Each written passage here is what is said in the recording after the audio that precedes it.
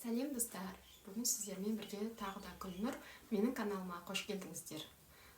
Бүгін сіздерге әдеттегіден өзгешелеу видео салғым келіп отыр. Бұл видеода мен осыған дейінгі видеоларымның барлығында жалпы қолмен тоқылатын бұйымдарды көрсеткен болатынмын. Енді бүгінгі видеода мен сіздерді ең алдымен өзімнің осыдан бір жыл бұрынғы сатып алған көмекші құралыммен таныстырып өткім келеді, және де осымен бірге бір резинканы қалай тоқимыз, соны көрсеткім келіп отыр. Жалпы машинкаға келетін болсақ, жаңадан тоқып жүрген қыз-келіншектерге өте ыңғайлы машинка. Бұның 150 инесі бар, сондықтан да LK150 деп аталады. Және де мынау алдарыңызда көрсетіліп тұрған бұл каретасы. Осы карета арқылы біз тоқыманы жүзеге асырамыз. Осы ретпен біз жібімізді сабақтап, яғни жібімізді осылай өткізіп аламыз. Ал мынау бізде счетчик әрбір қатарды өзі есептеп отырады. Каретаны ары-бері жылжытқан сайын счетчиктағы номер өзгеріп отырады.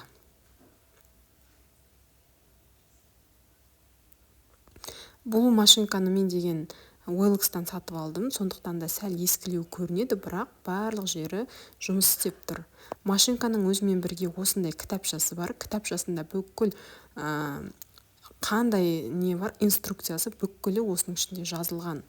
Тіпті қандай жіп қолдану керек, соның барлығы жазылған. Одан бөлек бұл машинканың ішіне, осы кітапшаның ішіне сіздер неше түрлі жаңағы узорлар тоқуды үйренесіздер. Ал мынау сіздердің көз алдыларыңыздағы темір, бұл гребенки деп аталады. Ол бізде 3 штук жүреді. Одан бөлек коробкадағы ол бізде май, және де одан кейінгі ол бізде груз 2 жүреді, 2 штук жүреді. Ол бізде тоқыманы астыға қарай тартып тұру үшін бұйымымызды. Ал мынау деккери деп аталады. Деккери бізде 3 штук жүреді. Және де келесі бұл бізде отборный линейки, жаңа алдында тағы біреуі кетіп қалды. Одан кейін оның қасында тұрған ол бізде петля уловитель деп аталады. Көптеген жұмыстарды сол арқылы жүзеге асыруға болады. Сары ол бізде масштабная линейка, оны мен пока не істеу керектігін білмедім. Одан бөлек бізде көптеген басқа да құралдары бар.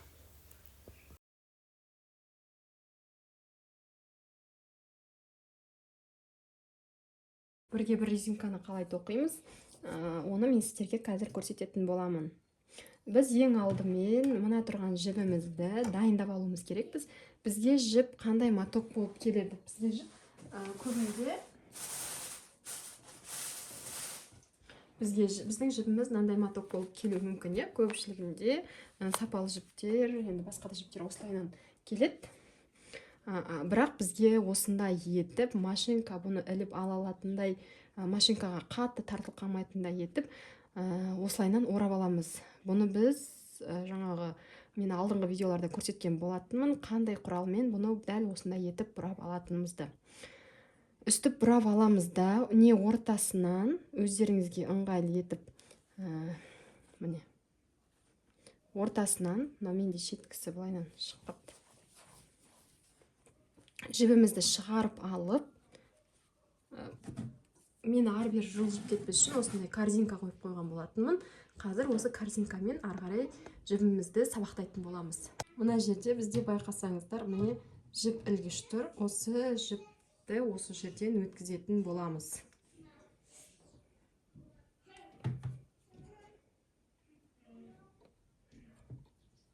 Осы жерден өткіземіз. Мына жақтан өткізгеннен кейін бізде екінші, мына жақта тағы да бір бөлігі бар. Дәл осы жерден өткізетін боламыз. Өткізгенде де бұның арасына саласыздар. Мына жерде жіп қатты қысыл қалмау керек. Мына жақта міне номерлар тұрады. Дәл осы өзіңіздің жібіңізге ыңғайлы етіп осы жердегі номерға қойып аласыз. Келесі бізде міне екінші, үшінші мына жерден өткіземіз. Осы жерден өткізіп, ары қарай бізде соңғысы міне мынандай осындай инеліктің жаңағы инелік сияқты осындай заты болады. Бұдан өткізбейміз. Пока. Біз енді төмен қарай түсіп, инелерімізге іліп алатын боламыз. Мінекей кареткамызды оң жағымызға қоямыз. Оң жағымызға қойып, отборный линейка деп аталады. Осы отборный линейканың көмегімен өзімізге қажетті жаңағы инені инеміз дейміз ғой, петлямызды алдыға қарай шығарып аламыз. Бір бұл машинканың плюс жерін айта кетсем, мына жерде ақ және розовый болып екі неге түске бөлінген.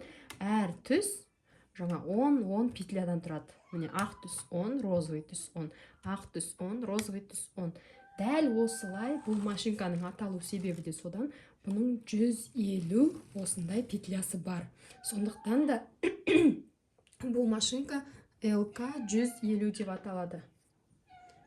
Енді осы отборный линейкамыздың көмегімен міне мына жерде 0 деп тұр. 0-дан былай қарай 10, 20, 30, 40, 50, 60, 70 деп кетеді. Және де мынадан былай қарай тағы да 10, 20, 30, 40, 50, 60, 70 деп. Екі жаққа қарай бөлінген біздің петляларымыз. Отборный линейканың көмегімен мына жерде 0 болып тұр ғой. 0-дің мына жағындағы 10 петляны, не болмаса 20 петляны десек те болады, е? Одан кейін 0-дің келесі 0-дің сол жағындағы тағы да 20 петляны осылайынан қойып аласыздар. Сонда санауға өте ыңғайлы. Бізде мына жақта 40 петля болды. Енді мен сіздерге сәл азайтып көрсетейін, тезірек және оңайырақ болу үшін. 40 петля болды. Мынау менде. Енді мына линейкамыздың мына жақ бөлігімен біз бастапқыда 2 петляны қалдырамыз. Келесі 3-ші петлядан бастап бірде-бір қылып артқа қарай итеріп тастаймыз. Яғни біз бұны А позицияға итеріп тастаймыз да, қалғаны бізде Д позициясында қалатын болады. Енді ары қарай біздің жаңағы жібіміз міне осылайынан қалған болатын. Дәл осы жерден біз қазір жіпті ілуді бастаймыз. Петляларымыз, біздің инелеріміз тоқитын. Біз осыған қазір жаңағы жібімізді іліп алатын боламыз. Жіпті қалай ілеміз? Жіпті ілмес бұрын сіздерде осындай пришивка, не болмаса кез келген бір үлкенірек, сәл үлкен номерлі крючок болғаны дұрыс. Менде пришивка. Осы пришивканың қазір көмегі тиетін болады. Қысқа жағы менің сол қолымда, ұзын жағы оң қолымда. Міне, былай аламыз да, былайнан іліп шығамыз. Ешқандай да қиындық жоқ, жай ғана үстіп орап шығамыз.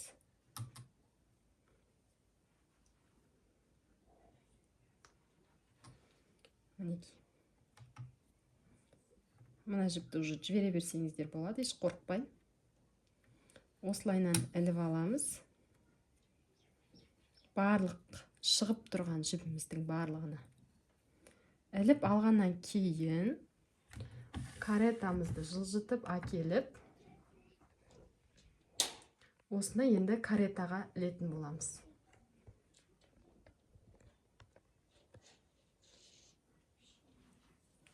Каретаның міне былай білеміз да, мына жерден тық деген қазір дауыс шығу керек. Міне тық деп дауыс шықты.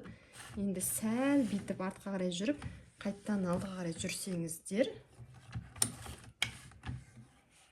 карета жіпті өзінің мына бір жеріне кіргізіп алады.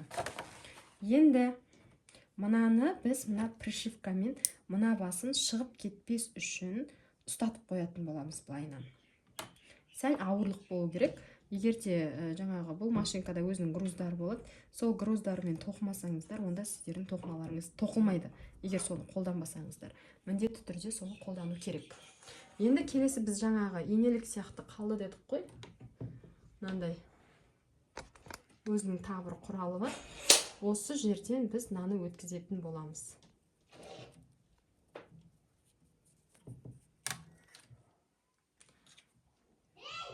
Міне сонда бүйтіп ілініп тұрады. Мінекей, осылайнан ілеміз. Бұл бізде осылайнан тартылып тұру керек. Қатты емес енді бірақ. Осы жібіміз мінекей біздіңкі дайын болды. Енді ары қарай тоқымамызды бастайтын боламыз. Счетчигімізді міндетті түрде 0-ға түсіреміз. Барлық жері 0 болу керек. Енді мына жеріне кареталарыңыздың мынандай жерлеріне қарасаңыздар, бұны осындай өзінің құралдары бар, ары бері жылжытатын. біз осыны мынаны үш бұрышқа қоямыз, ал мынаны екілік сызыққа қоямыз. Екі жағында да бірдей сөйтіп қоямыз. Енді қараңыздар, біз барлығын дайындап алдық, жібімізді іліп алдық, счетчигімізді нольға түсіріп алдық. Енді бізде каретамызға қарасаңыздар, каретамыздың мына жерінде өзінің номерлар тұр. Мінекей номерлар бар, иә? Енді сіздер өздеріңіздің жіптеріңіздің жаңа қалыңдығына қарай өздеріңізге номер таңдап аласыздар. Мысалға, бізде деген крючокта бірінші номер, екінші номер деп бөлінеді ғой, сол сияқты каретаның да өзінің жаңағы тоқылуының номерлары болады. Менде мысалға қазір 4-те тұр, бірақ менің мына жібіме 4 сәл тығыздау болады, сондықтан да мен примерно 7-ге қойып алайын, иә? 7-ге қойып тоқитын боламыз.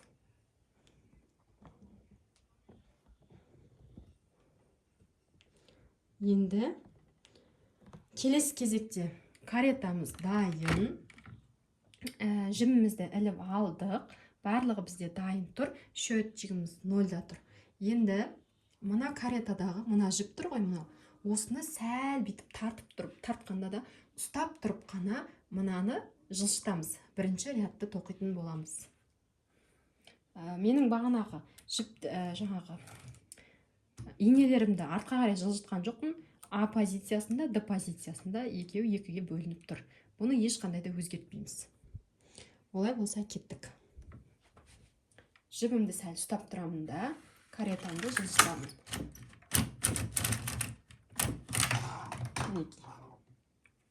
Менде бірінші ряд тоқылды. Бірінші рядым тоқылды. Енді бірінші ряд тоқылғаннан кейін бізде осындай груздар болады. Осы груздың көмегімен грузды мынаған ілетін боламыз.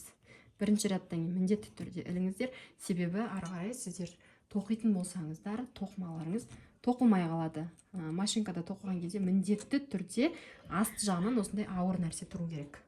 Егер де сіздердің тоқыма бұйымдарыңыз ұзындау болатын болса, онда сіздерге көмекке осындай гребенка келетін болады. Бұл бізде жаңағы машинкамен бірге 3 штукі бірге жүреді, ал груз 2 жүреді. Мен бірінші рядты тоқып болдым, менің счетчигім бірге өзгерді. Енді өздеріңіз резинканы қанша қатар тоқуларыңыз керек, сонша қатар тоқып аласыздар. Мысалға, маған керек 10 қатар деп есептейік. Мен қазір 10 қатар тоқып шығатын боламын. Яғни счетчигім 10-ға келген кезде тоқтаймын. Мынаны бірінші битіп ұстап қана сәл жылжытқанымен жібересіздер болады. Егер де оны ұстамасаңыздар, онда мына жақтағы жіптеріңіз салбырап қалады.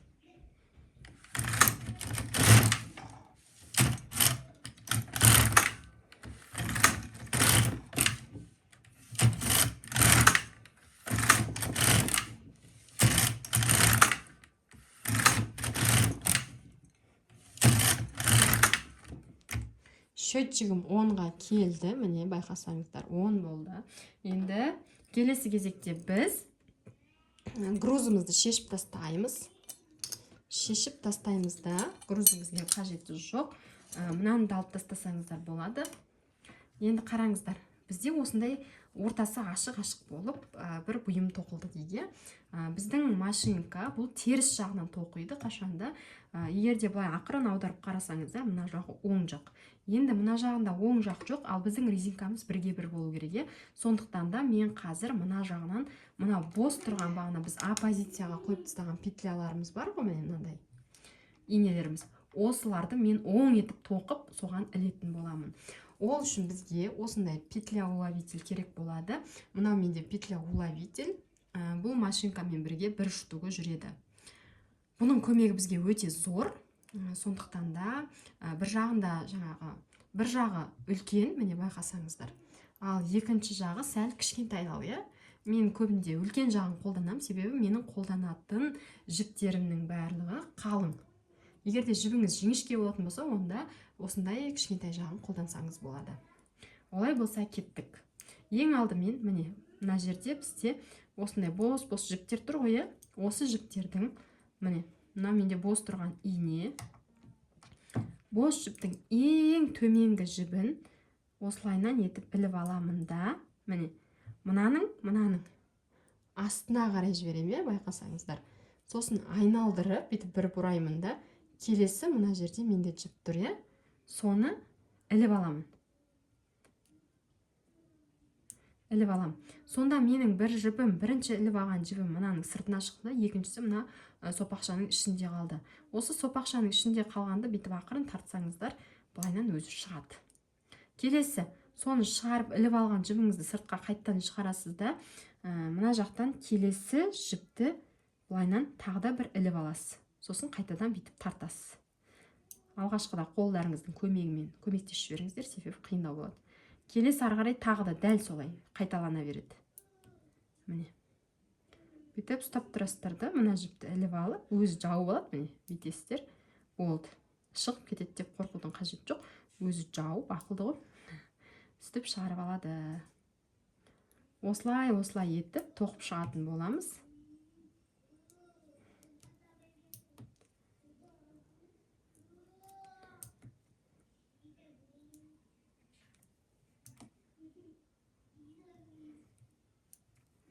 Міне. Сонда менде мынандай 10 петля шықты. Мен осыны қазір мына жақта тұрған бос енемді алдыға қарай жылжытамын да, мынаның ішіне ақырын ғана кигізе саламын. Міне. Сосын бұны өзінің тұрған Б позициясына барып қоя саламыз. Келесі ары қарай. Одан кейін менде біреусі теріс тоқылған, машинканың өзі тоқып берген. Одан кейін келесіні мен тоқуым керекпін. Дәл солай аламыз.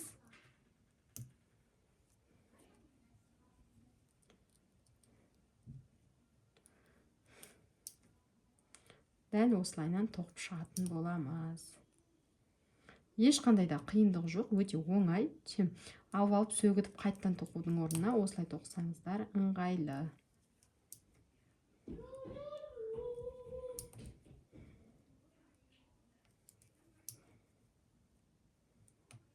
Мен қазір асықпай тоқып көрсетіп жатырмын, түсініктірек болу үшін.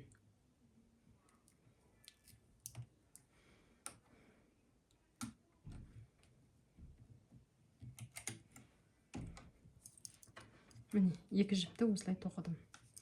Келесінде дәл солай тоқимын.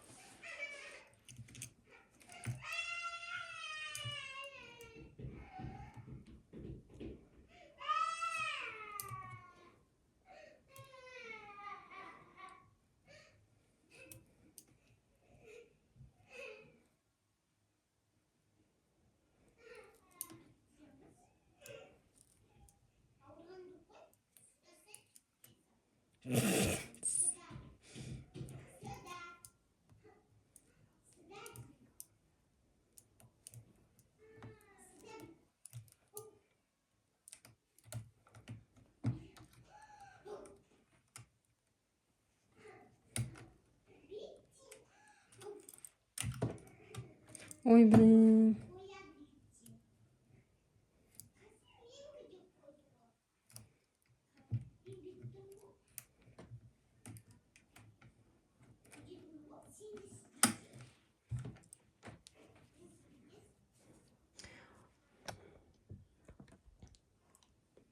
Осылайнан тоқып шығатын боламыз соңына дейін.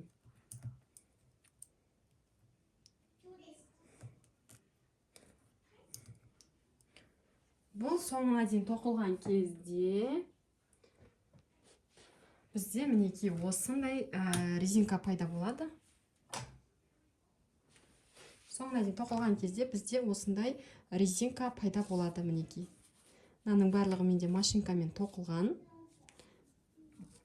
дәл осындай бірге бір резинка пайда болады. Достар, егер де менің бүгінгі видеом сіздерге ұнаған болса, онда міндетті түрде менің каналыма тіркеліп, лайк басып кетіңіздер, қоңырауша белгісін басуды ұмытпаңыздар, себебі болашақта әлі талай қызықты видеолар шығатын болады. Машинкамен де тоқылатын, тоқыма тігін машинасымен де тігілетін, және де әрине қолмен, крючокпен, спицамен де тоқылатын видеолар шығатын болады. Сондықтан да мені жоғалтып алмаңыздар.